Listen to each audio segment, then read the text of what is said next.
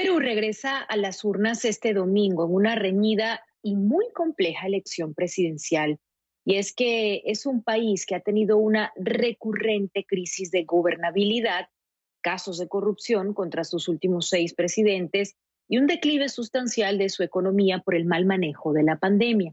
Y para analizar el panorama político y de sus candidatos, le doy la bienvenida a mi siguiente invitado, Fernando Tuesta, analista político y profesor de Ciencia Política de la Universidad Católica del Perú. Fernando, bienvenido. Gracias por acompañarnos hoy en el programa. Gracias a ustedes por la invitación. Perú ha vivido una de sus peores crisis políticas, con la destitución de un presidente, la renuncia de su sucesor y la designación de otro por parte del Congreso. Estamos hablando de esto hace solo varios meses. ¿En qué punto político se encuentra hoy? En principio, las elecciones son un momento para eh, canalizar y resolver la crisis. Sin embargo, llegamos a una elección que en principio era la elección casi celebratoria del Bicentenario, no solamente en el peor momento de la crisis económica, sino sanitaria. Se ha reportado el día de ayer 314 muertos por COVID, el más alto de toda la pandemia desde marzo del año pasado. En esas circunstancias, como usted bien lo ha señalado, con un número de candidaturas tan alta como son 18, solo comparable el 2020 con 20 candidaturas, con la diferencia que acá los niveles de aprobación o de intención de voto son muy bajas. En realidad nosotros venimos de una crisis, digamos, permanente del 2016. Al inicio del gobierno de Pedro Pablo Kuczynski, que hay que recordar, tuvo que renunciar. Tenemos un presidente que renunció, un presidente que lo vacaron, un Congreso que fue disuelto. Hemos tenido 4 presidentes en el periodo de 5 años que aún no termina. Es decir, se ha condensado una crisis política en medio de una crisis ahora económica y sanitaria. Es decir, el Bicentenario no va a ser recordado como un año símbolo, sino un año lastimosamente de catástrofe a todo nivel.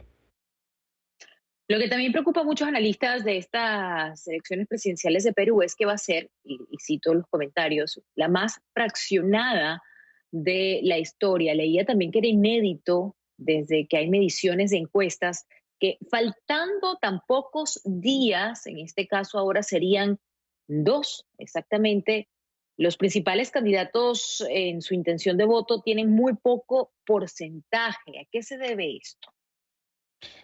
Es consecuencia de lo anterior. En el Perú, en donde usted bien lo ha recordado, 6 presidentes, los últimos, y de esto estamos hablando en realidad que cubre casi 3 décadas, están comprometidos o procesados ya en temas de corrupción. Hay una desafección enorme. El Perú es el país que más rechaza a sus políticos, a sus instituciones representativas, y entonces, ante una elección de esta naturaleza en esas condiciones, el rechazo está asociado entonces a la obligación, porque en el Perú es obligatorio votar, por un menú que tampoco despierta pues grandes entusiasmos ni pasiones, en donde incluso las propuestas no están conectadas con las necesidades de la gente.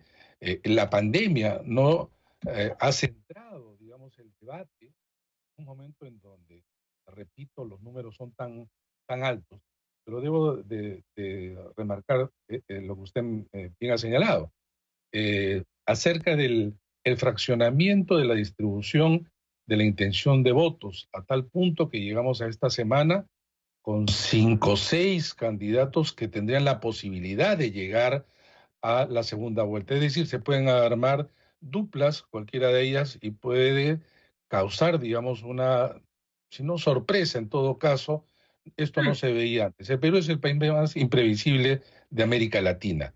Y en general ha sido, Entonces, además, el país de outsiders, ha sido el país de las sorpresas. Estamos en una situación en donde nada es seguro. y bueno, hablando de los outsiders, yo creo que entre los primeros 6 candidatos ahí se encuentra George Forsyth, el ex arquero y también alcalde de la zona de La Victoria, exalcalde de La Victoria, que no está tan involucrado en estas decepciones políticas, ¿no? Para llamarlo de alguna manera, y también es el más joven entre todos los candidatos. Acabas de mencionar fórmulas que podrían verse este domingo. Para finalizar, Fernando, ¿qué podemos vaticinar para el próximo domingo? ¿Es casi inminente una segunda vuelta para el próximo 6 de junio también? Lo único seguro en el Perú es que habrá segunda vuelta. Ese es lo único seguro. Pero los dos que pasen a la segunda vuelta, sumados sus porcentajes, no va a ser tan alto. Lo que motiva que en la segunda vuelta habrá pues un porcentaje muy alto del pastel electoral que van a tener que lograr conquistar los dos que pasen a la segunda vuelta. Pero en el Perú ese no es solamente el tema ni la preocupación o que debe preocupar, sino la composición fraccionada mucho más todavía del Parlamento. Ya tenemos 9 bancadas en el actual Parlamento que a su vez se han dividido y la posibilidad que se llegue de inicio a 10 bancadas es un problema, no solamente por el propio funcionamiento del Parlamento, sino por las relaciones futuras con el Ejecutivo. Es decir, hay mucho que comenzar a trabajar porque es difícil un país donde está cansado, donde está golpeado, iniciar un nuevo centenario en esas condiciones. El nuevo presidente va a tener que hilar muy fino para poder mantener gobernabilidad en el país que tanto lo necesita. Fernando Tuesta, analista político, con nosotros en Café CNN. Gracias, Fernando. Gracias a ustedes.